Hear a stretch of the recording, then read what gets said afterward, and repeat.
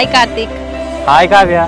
అయినా మనం ఇప్పుడు లవర్స్ అయినాం కదా, ఈ కార్తీక్ కావ్య పేర్లు పెట్టి పిలుచుకోవడం ఏంది? ముద్దుగా నేను ఏమని పిలవాలి చెప్పు? ఏ నిక్ నేమ్స్ వద్దు, కావ్య కార్తీక్, కే లవ్స్ కే, ఇదే బాగుంది. కే లవ్స్ కే, కావ్య కార్తీక్ బాగానే ఉన్నాయి కాదంటలే, కానీ అందరూ బంగారం బుజ్జి ఇట్లా పిలుచుకుంటారు కదా, అట్లా మనం కూడా పిలుచుకుందాం కదా. ఇగో ఈ బుజ్జి కన్నా మున్న ఇవన్నీ నాతో కావు. నన్ను కావ్య అని పిలిస్తేనే మంచిగా అనిపిస్తుంది. నిన్ను కార్తీక్ అంటేనే నాకు మంచిగా అనిపిస్తుంది. ఓకే కావ్య మేడం గారు. ఓకే కార్తీక్ సార్ గారు. సరే కానీ మరి కాలేజ్ టైం కూడా అయింది, మరి బస్కి వస్తావా నాతో బైక్ మీద వస్తావా? ఇంకా బస్కి ఎందుకు పోతా? అన్న పిల్లగాడు బండి ఉండగా, బండిది కాలేజీకి వెళ్దాం.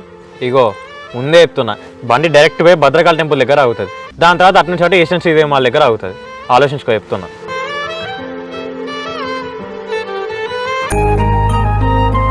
అమ్మా సెకండ్ హ్యాండ్ కార్ తీసుకుంటా అని చెప్పినా కదనే, ఒక కార్ చూసిన ఇది చూడు ఎట్లున్నావు. బాగానే ఉన్నది బిడ్డ. ఎంత ఆట? ఇది మారుతి కారే అమ్మా, 3 లక్షలు కట్టదట. 3 లక్షలు అంటే ఎక్కువనే కాదు బిడ్డ, 2 లక్షలకు రాదట్నా? ఇక చూడాలి అమ్మా, తీసుకుని 2,50,000 కట్టదు కావచ్చు మరి. ఇక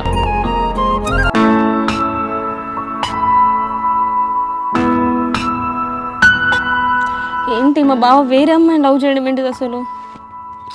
మధ్యలో బ్యాగ్ ఎందుకు కావ్య? 4 years నుంచి బావ మీద ఎంత ప్రేమ పెట్టుకొని నేనే చెప్పలేదు, నేనే లేట్ చేసిన.